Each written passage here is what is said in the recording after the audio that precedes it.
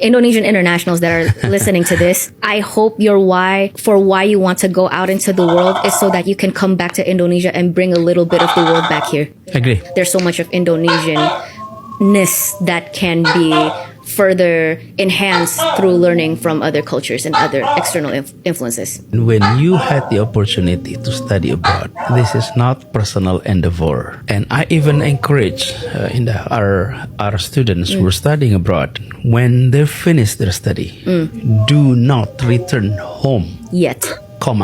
Get an extra experience. Work there, create networks, savings too. Yeah, big one. And then at some point, do come back. We need you to help solving our challenges, coming back with solutions that can help improve the quality of our nation. And perhaps some of the scholarship need to have some adjustment in that contract so that you don't have to break your contracts. Imagine if the contract goes like this. You finish and then you can work 2-3 years. Yeah.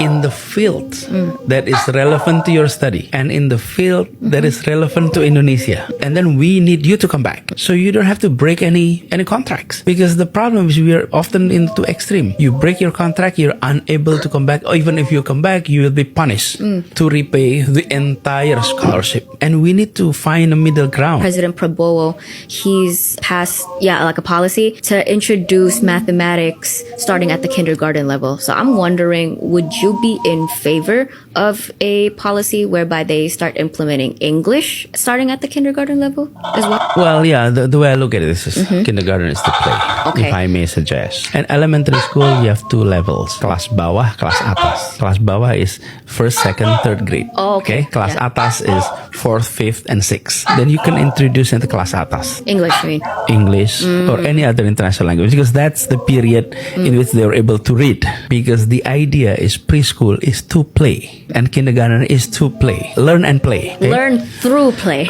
Learn through play. But also how we educate parents to realize the importance of language. It is important for now to have everyone able to speak English. Beyond just parental support, which obviously is very important, I think what is also important is that there is societal support to encourage people to speak. Again, I like what you said, not a foreign language, but an international language, and see it as something that is more of a utilitarian purpose, because we need to know how to speak an international language in order to be a part of the global stage. And rather this thing of like, oh, you're pretending to be an intellectual. Like, how often do you hear people like say, orangnya sok Inggris, oh, she must hate Indonesia. Right. And on that, I would use Sukarno as an example. Why the name of Sukarno echoed in so many countries? Because at that time, Indonesia go outside the country, bringing ideas about what?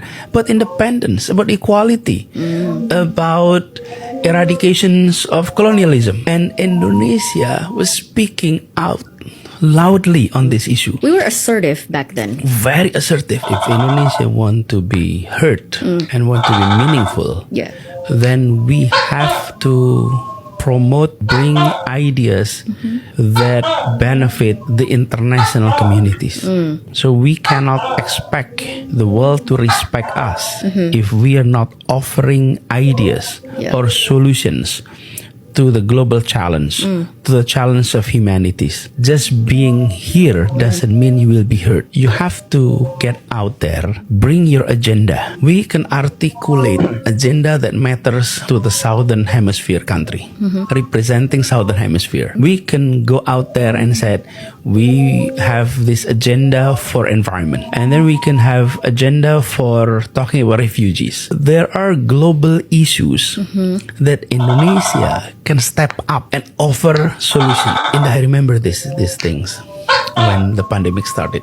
In January 2020, I was gathering leaders of all departments in the city of Jakarta. The head of departments, head of hospitals. There were around 150 people in the room. So I asked simple question, 3 questions, and please raise your hand if the answer is yes. Question number 1, how many of you read news about Jakarta every day? All were raising the hand. Number 2, how many of you follow Indonesian news every day? Almost all. Third questions, how many of you follow international news every day? and then only like 5 to 7. Yeah.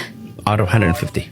Since only a few is following international news, listen to what I said and just do it. Out there, there is an outbreak called Wuhan pneumonia. And I remember at that time I said, from now on, do not shake hand. And it was like early February or late January. If you follow international news, you realize that something is going on out there.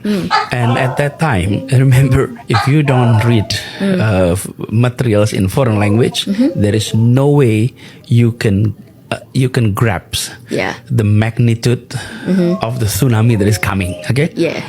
Because most of the news that we see here were anecdotal about COVID, but not policy, not substance. Almost all substantive materials on handling COVID is all in international languages. So much of, I think, why Indonesia is so closed off from the world is also difficult because we're not even able to access information of the world that is usually written in the lingua franca.